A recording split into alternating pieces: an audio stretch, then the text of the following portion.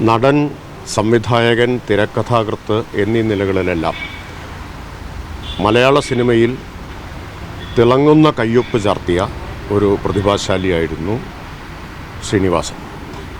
മലയാള സിനിമയെ മണ്ണിലേക്ക് ഇറക്കിക്കൊണ്ടുവന്ന ചുരുക്കം കലാകാരന്മാരിൽ ഒരാളാണ് അദ്ദേഹമെന്ന് നിസ്സംശയം പറയാം. താരപരിവേഷം, നായക സങ്കല്പം, സിനിമയുടെ ഉള്ളടക്കം എന്നിവയൊക്കെ അടിച്ചുടച്ച ഒരു കലാകാരനാണ് അദ്ദേഹം. രൂപഭംഗിയല്ല നായകനാവാനുള്ള അല്ലെങ്കിൽ അഭിനേതാവാനുള്ള യോഗ്യത, അഭിനയമാണ് കൈമുതലെന്ന് അദ്ദേഹം മലയാള സിനിമയെ പഠിപ്പിച്ചു. അദ്ദേഹത്തിൻ്റെ പ്രത്യേകത നിശിതമായ വിമർശനങ്ങൾ സിനിമയിലൂടെ അദ്ദേഹം നടത്തി എന്നുള്ളതാണ്. പക്ഷേ അപാരമായ സർഗാത്മകത കൊണ്ട് ആ വിമർശനം അതിന് വിധേയരാകുന്നവരെ പോലും ചിരിപ്പിച്ചു. സന്ദേശം അത്തരത്തിലൊരു സിനിമയാണ്.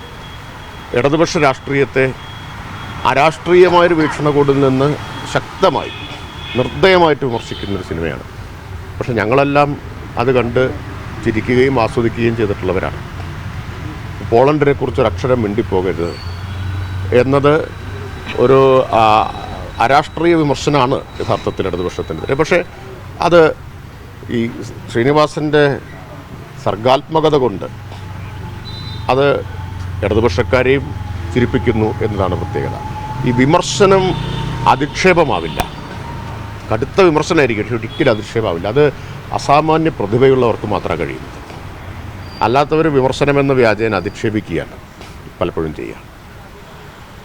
80കളിലെ കേരളത്തിലെ യുവത്വത്തിൻ്റെ അരക്ഷിതാവസ്ഥ, ആശങ്കകൾ, ആകുലതകൾ, തൊഴിലില്ലായ്മ, മധ്യവർഗ കുടുംബങ്ങളുടെ പലതരത്തിലുള്ള പ്രതിസന്ധികൾ, ഇതൊക്കെ അദ്ദേഹം സിനിമയിൽ ആവിഷ്കരിച്ചു. ഇപ്പോൾ വടക്ക് നോക്കി യന്ത്രം, തലയണ മന്ത്രം പോലുള്ള സിനിമകൾ, ചിന്താവിഷ്ടയായ ശ്യാമള, ഇങ്ങനെയുള്ള സിനിമകൾ, സന്ദേശം മാത്രമല്ല, ഇതിനൊക്കെ പലതരത്തിലുള്ള മാനങ്ങൾ, ഒപ്പം ഒരു പുരുഷാധിപത്യ മനോഭാവത്തെയും അദ്ദേഹം ഈ സിനിമകളിലൂടെയൊക്കെ തുറന്നു കാണിക്കുന്നുണ്ട്.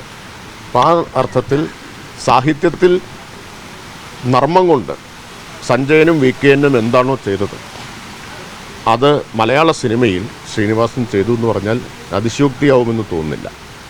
അസാധാരണ പ്രതിഭയുള്ള ഒരു ജീനിയസ് എന്ന് വിശേഷിപ്പിക്കാവുന്ന ഒരു കലാകാരൻ്റെ വിയോഗം നമ്മളെല്ലാം ദുഃഖിപ്പിക്കും. ഇപ്പോൾ എനിക്ക് SFIയുടെ സംസ്ഥാന നേതൃത്വത്തിൽ പ്രവർത്തിക്കുന്ന കാലം മുതൽ അദ്ദേഹവുമായിട്ട് ബന്ധമുണ്ട്. പല പരിപാടികളിലും ഞങ്ങൾ ഒരുമിച്ച് പങ്കെടുത്തിട്ടുണ്ട്.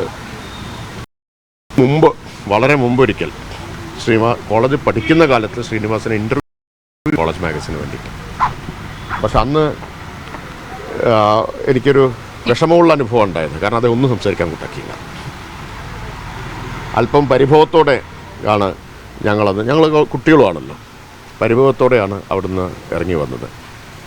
ഒരു ഷൂട്ടിൻ്റെ ഇടയിൽ വെച്ചാണ് അദ്ദേഹത്തെ ഇൻ്റർവ്യൂ ചെയ്യാൻ പോയത്. പിന്നീടാണ് മനസ്സിലായത് അദ്ദേഹം ഒരു കഥാപാത്രത്തിലേക്ക് പ്രവേശിച്ചു കഴിഞ്ഞിരുന്നു. ആ ലോകത്ത് നിന്ന് അദ്ദേഹം പുറത്തു കടന്നിട്ടില്ല. അതുകൊണ്ട് ഇൻ്റർവ്യൂ ഒന്നും നടന്നില്ല. അപ്പം അങ്ങനെയുള്ള അനുഭവങ്ങൾ, വ്യക്തിപരമായിട്ടുള്ള ചില അനുഭവങ്ങളുമുണ്ട്. അപ്പോൾ തീർച്ചയായിട്ടും ശ്രീനിവാസൻ്റെ അസാന്നിധ്യം മലയാള സിനിമയിൽ അനുഭവപ്പെടുക തന്നെ ചെയ്യും. അദ്ദേഹത്തിൻ്റെ വിയോഗത്തിലുള്ള അഗാധമായ ദുഃഖം രേഖപ്പെടുത്തും.